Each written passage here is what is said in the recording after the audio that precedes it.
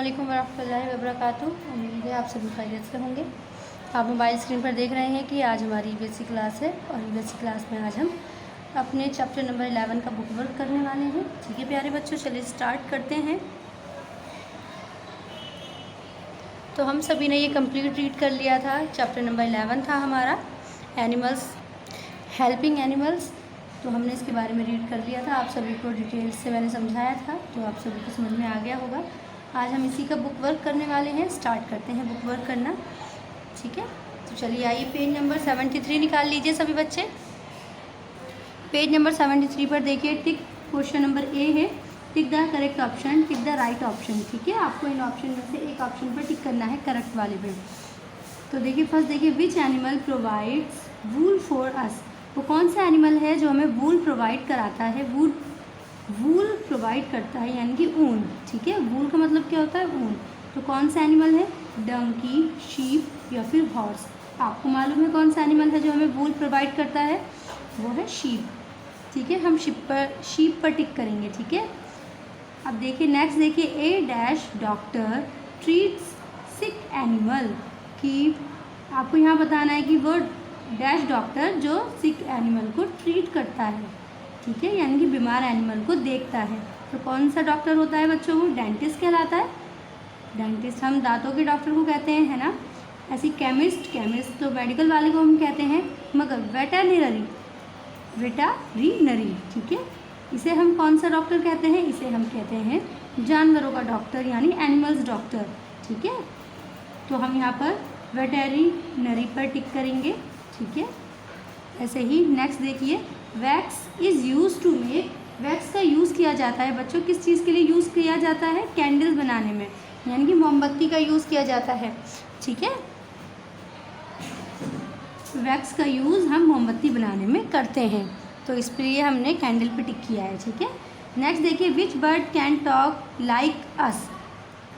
वो कौन सा बर्ड है जो हमारी तरह बोल सकता है, यानी टॉक मतलब बोलना, बोल सकता है। कौन सा बर्ड होता है वो, ना तो पिजन होता है यानी कबूतर भी नहीं होता, क्रो यानी कि कौवा भी नहीं होता। कौन सा बर्ड होता है वो जो हमारी तरह बोल सकता है, इंसानों की तरह बोल सकता है, वो होता है पैरट। ठीक है, यानी कि तोता। जब आप उसे थोड़ा सिखाते हैं तो वो आपकी तरह बोलने लगता है ना, तो वो पैरट है। ठीक है बच्चों, ऐसी नेक्स्ट देखिए, which animal give us milk. इनमें से कौन सा वो एनिमल है जो हमें मिल्क देता है। तो कौन सा एनिमल है, काऊ, हॉर्स या फिर डंकी। तो कौन सा एनिमल है, वो काऊ है जो हमें मिल्क देता है। ठीक है, तो ये हमने फर्स्ट क्वेश्चन कंप्लीट कर लिया है। आइए नेक्स्ट क्वेश्चन देखते हैं, आंसर द फॉलोइंग क्वेश्चन। ठीक है, तो क्वेश्चन नंबर फर्स्ट है बच्चों हमारा, how are animal useful to us.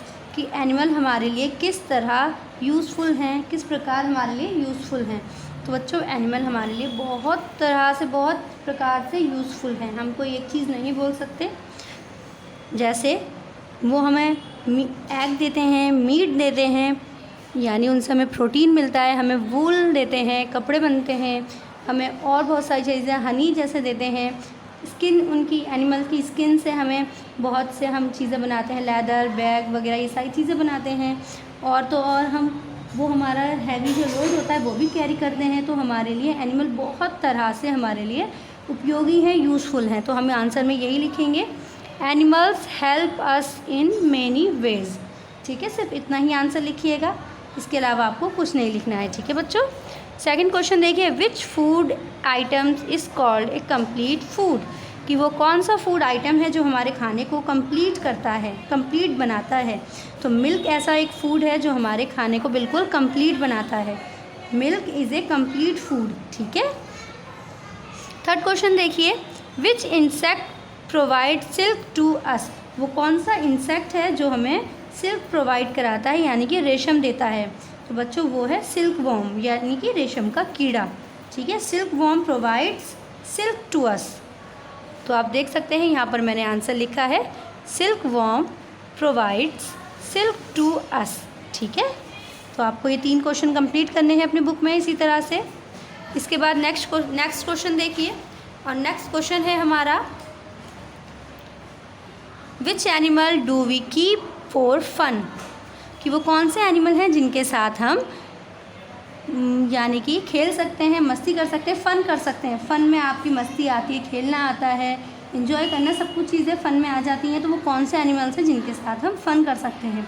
तो डॉग है, रैबिट है, कैट, ETC, ये सारे एनिमल्स ऐसे हैं जिनके साथ हम फ़न कर सकते हैं, खेल सकते हैं, अपने आप को यानी कि इंजॉय कर सकते हैं हम। ठीक है बच्चों, तो डॉग, रैबिट, कैट, ETC बहुत ही आसान से आंसर हैं आपके, छोटे छोटे आंसर करवाए हैं मैंने, आप भी इसी तरीके से छोटे छोटे आंसर लिखिएगा। ठीक है। Where do we take sick and weak animal? बच्चों, जब हमारे एनिमल बीमार होते हैं तो हमें उन्हें कहाँ दिखाना चाहिए? यहाँ पर यही कहा गया है कि अपने बीमार और कमज़ोर एनिमल को हमें कहाँ दिखाना चाहिए, क्या करना चाहिए उनके साथ? तो टू द वेटेरिनरी हॉस्पिटल, तो हमें उन्हें कहाँ दिखाना चाहिए? एनिमल्स के हॉस्पिटल में दिखाना चाहिए, यानी कि हम हिंदी में बोले तो जानवरों के अस्पताल में दिखाना चाहिए, और इंग्लिश में क्या कहते हैं? Veterinary hospital. ठीक है, to the veterinary hospital. Okay बच्चों, तो ये हमारा बुक वर्क कंप्लीट हो चुका है। नीचे देखिए एक्टिविटी वर्क दिया हुआ है, यहाँ पर match the animals with the things they give us. आपको उनसे मिलाना है एनिमल्स को जो चीज़ें हमें एनिमल से मिलती हैं। तो यहाँ पर देखिए शहद है यानी हनी है, तो हमें हनी बी से मिलाना है। वूल है तो हमें शीप से मिलाना है, मैचिंग करनी है। एग से हमें हैंड से मैच करना है, ऐसे ही मिल्क को हमें काऊ से मैच करना है। ठीक है, आप ये मैचिंग करिए इस तरह से। इसके बाद नेक्स्ट देखिए, नेक्स्ट क्वेश्चन है यहाँ पर लास्ट में देखेंगे लाइफ स्किल के बाद, you can you name the only insect that make highly nutritious food for human being?